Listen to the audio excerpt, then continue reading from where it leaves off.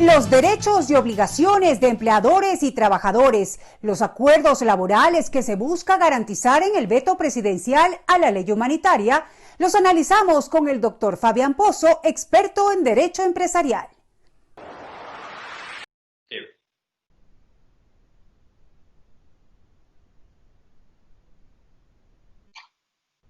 Estamos ya vía Skype con el doctor Fabián Pozo. Él es experto en derecho empresarial y miembro de Ecuador Libre, al quien le damos la más cordial bienvenida y le agradecemos por aceptar esta entrevista para nuestros televidentes de Gamavisión. Doctor, muy buenas tardes. El Ejecutivo ha enviado ya a la Asamblea el veto presidencial. ¿Cuáles son las principales características en lo que se refiere al tema laboral? Bienvenido.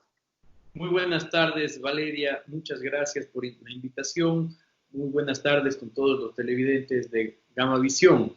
Efectivamente, anoche se conoció el veto presidencial a la ley humanitaria. Algunos temas importantes y especialmente en materia laboral. El primer punto, lo más importante, creería yo, la aprobación del contrato emergente especial o contrato especial emergente, que es una nueva forma de contrato a plazo fijo. Inicialmente en el texto de la Asamblea, aprobado por la Asamblea, se preveía este contrato por una duración de hasta 2 años, que podían ser renovados, ¿no? Este contrato es bastante flexible, permite distribuir las 40 horas de la jornada laboral en 6 días laborables de la semana, y obviamente es a plazo fijo. La Asamblea decía máximo 2 años, el veto presidencial nos dice máximo 1 año renovable. Entonces, realmente no se exponen razones para esta reducción de un plazo.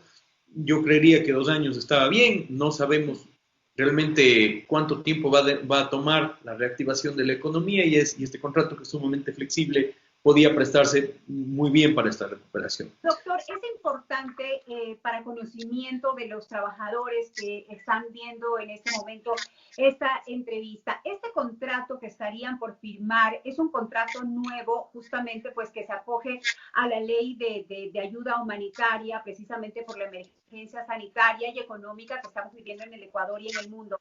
Pero es importante que el trabajador pueda ver una especificación de que este contrato tiene un plazo determinado. Así es. Este es un nuevo contrato, es una nueva modalidad con la idea de que se genere y se reactive la economía y se puedan... ¿Es decir, anula el anterior? No, de ninguna manera. Esto lo que va a hacer es suscribir nuevos contratos. Por ejemplo, si es que vamos a contratar a una nueva persona para que colabore, podremos contar también con esta opción. Ya no solamente con el contrato indefinido, que era 3 meses de prueba y de ahí indefinido. No, este puede ser un contrato a plazo fijo, que busca incentivar la contratación. La contratación, un contrato que a su vez, como les decía, tiene esta flexibilidad respecto de las jornadas y los horarios, para adecuarse a esta nueva realidad que a lo mejor exige turnos, exige nuevos tipos de horarios para que no todos coincidan en la oficina, no pueden estar todo el personal. Ahora, ¿qué sucede también con el ingreso económico del trabajador? ¿Cuál es la nueva propuesta de acuerdo al que puede llegar con la empresa según el veto presidencial? Claro. A ver, una cosa es el contrato, este nuevo contrato a plazo fijo, otra cosa es el régimen de acuerdos para salvar empleos, digamos, que consta en la ley humanitaria. Efectivamente, por mutuo acuerdo entre las partes se van a poder modificar las condiciones económicas de la relación laboral. Obviamente, las circunstancias económicas han cambiado, las empresas, muchas están sin ningún tipo de ingreso, y a fin de que no ocurran despidos, se habilita esta nueva posibilidad de suscribir acuerdos. Estos acuerdos podrían ser una rebaja del salario, modificación de la jornada, siempre que estén por encima del salario básico.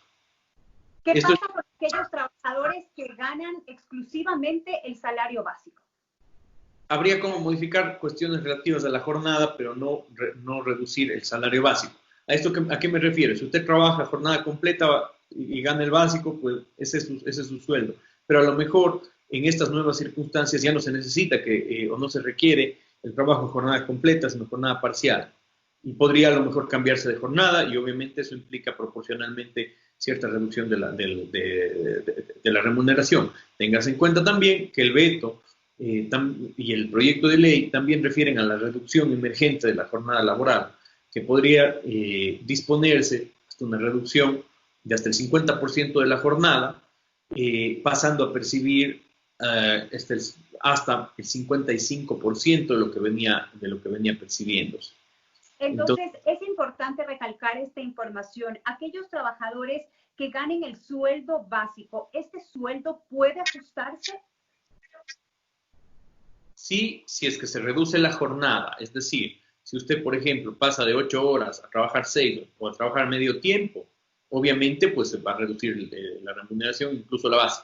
Si es que en cambio usted el acuerdo a que se llega es que si usted tenía un sueldo, pongamos, de 800, pero para no perder la plaza de trabajo, acepta reducir el sueldo a 500, ese es lo que se habilita también. Ahora, doctor, también es importante conocer, según el veto presidencial, cuál sería la interpretación a la fuerza mayor, ya que algunas empresas pues han dado por terminados los contratos laborales acogiéndose a la fuerza mayor. Pero ¿cuál es la nueva interpretación que propone el veto presidencial? En esto creo que hay un tema muy importante, un cambio muy importante respecto de la interpretación que había dado la Asamblea Nacional. Porque creo que han habido abusos, ¿no? En ese sentido, en medio de esta emergencia. Sí, así se ha documentado ciertas empresas, pero no todas. Yo creo que de una u otra forma todos sabemos que esta circunstancia de la pandemia y el estado de excepción es una circunstancia que cumple con lo que dice el Código Civil sobre la fuerza mayor, es decir, es impredecible e inevitable. Ya. Ahora, ¿cuál era la interpretación que daba la Asamblea? Decía, implicaba el cierre del negocio o de la línea de negocio, lo cual, desde un punto de vista del Código Laboral, no necesariamente creo que era correcto, al menos a mi criterio, pues la terminación por liquidación o cierre de la empresa está prevista en otra parte del Código del Trabajo. Pero la interpretación que hace el veto me parece mucho más acorde. Se remite al Código Civil. Este criterio de la fuerza mayor tiene 2000 años allí. Irresistible, inevitable, no se puede prever. Pero indica, y el texto dice más o menos lo siguiente, que imposibiliten el cumplimiento del contrato. ¿Por qué? Porque no solamente se refiere al cierre de la empresa o al cierre de la línea de negocio.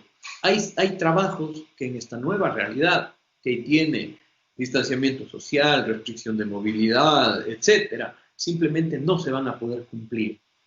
Entonces, si es que esta nueva realidad impone que esa necesidad, ese puesto, esa circunstancia ya no se va a poder cumplir tal como se previó, pues es lógico que aplique la fuerza mayor. ¿Y de qué manera la empresa tiene que demostrar que se pueden acoger a la fuerza mayor?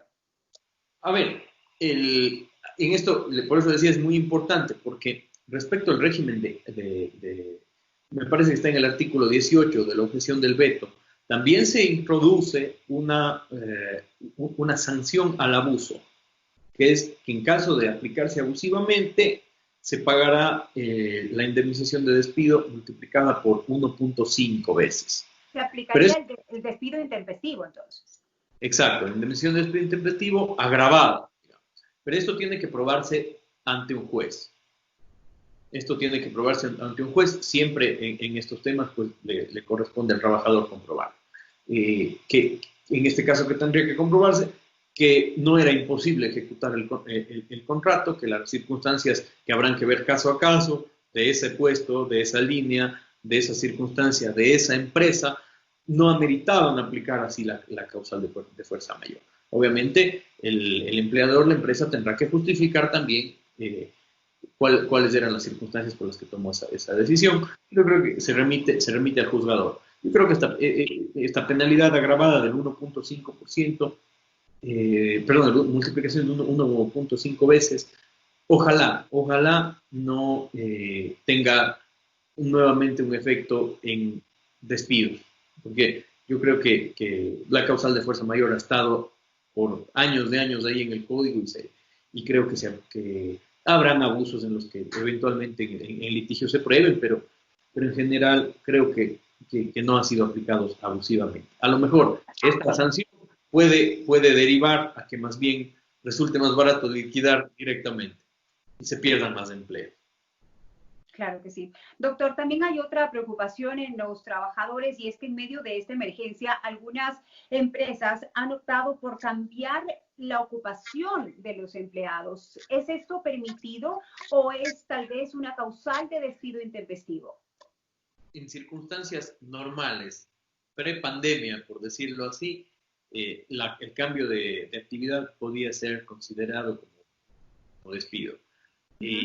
Bajo esta nueva realidad, teniendo en cuenta los acuerdos ministeriales que se emitieron durante el estado de excepción y el veto presidencial, estos podrían ser considerados dentro de los acuerdos para salvar los empleos y estarían ratificados su validez por el veto. Doctor, ¿y ahora en cuánto tiempo estará vigente, desde cuándo estará vigente ya esta nueva ley humanitaria? Y mientras tanto, mientras que la Asamblea da su aprobación al veto presidencial, ¿los trabajadores bajo qué ley están amparados ante cualquier abuso? La ley tiene en este momento el texto del veto, pasa a la Asamblea, que tiene 30 días contados desde el que recibió el documento para pronunciarse. En el trámite legislativo esto irá a la Comisión de Régimen Económico, que es la que conoció el proyecto, se demorará y ellos harán su calendario 2-3 semanas, el máximo que tienen es 30 días. Ahora, el trámite tiene dos reglas distintas. Uno, en el caso de que la Asamblea decida aceptar el texto del presidente, requiere mayoría simple. En cambio, si quiere insistir en el texto previo, es decir, el que aprobaron hace un poco más de un mes, necesitan mayoría calificada. Entonces, hay que ver cómo avanza la cosa allí. Ahora, sobre la vigencia de la ley, todo lo que es nuevo, contrato emergente, reducción, acuerdos, estas suspensiones de cobros, etcétera, que están en otras partes del veto, regirían para lo venidero. Pero la ley interpretativa, es decir, la interpretativa del 169 del Código del Trabajo, esa sí regiría con efecto retroactivo. Mientras tanto, los trabajadores están amparados en la ley que rige hasta el momento. La ley que rige hasta el momento, así es. Sin duda, la ley que rige hasta el momento, el Código del Trabajo, tal cual. Considerando la validez de los acuerdos ministeriales que han sido emitidos durante este tema del 77 en adelante. Perfecto. Finalmente, doctor, queremos saber cuál es su apreciación en base a su experiencia en derecho empresarial sobre las diferencias que podrían tener de las propuestas de la Asamblea Nacional con el veto presidencial. A ver, yo le diría el veto versus lo que tenemos ahora, versus la realidad actual. El veto introduce herramientas que van a permitir mitigar la crisis, yo creo que en eso es positivo, salvo, como le digo, no encuentro una lógica para reducirle de 2 a 1 año, ni tampoco creo que lo que se menciona sobre las universidades sea necesariamente lo correcto, pero en general los otros aspectos son mejor que lo que tenemos ahora. Que sea mejor que el texto de la Asamblea, yo creo que mejora muchas cosas. Mejora la redacción, armoniza con otras normas y en general el texto del veto, pues yo creo que hace una mejora sustancial respecto de los textos aprobados, manteniendo la línea del proyecto original, ¿no? ¿Cree usted que con este veto presidencial se está protegiendo al empresario, al empleador, tanto como al trabajador? Yo creo que en estas circunstancias, la realidad nueva que nadie esperaba, demanda de todos, tanto de empleadores como de trabajadores, flexibilidad, llegar a acuerdos para adecuarnos, valga la redundancia, a una realidad que ni unos ni otros conocemos cómo va a continuar.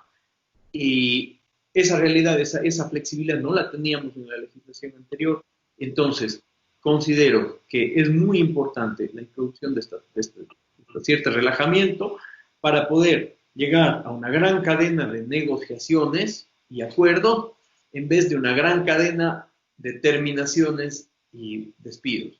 Y desempleo.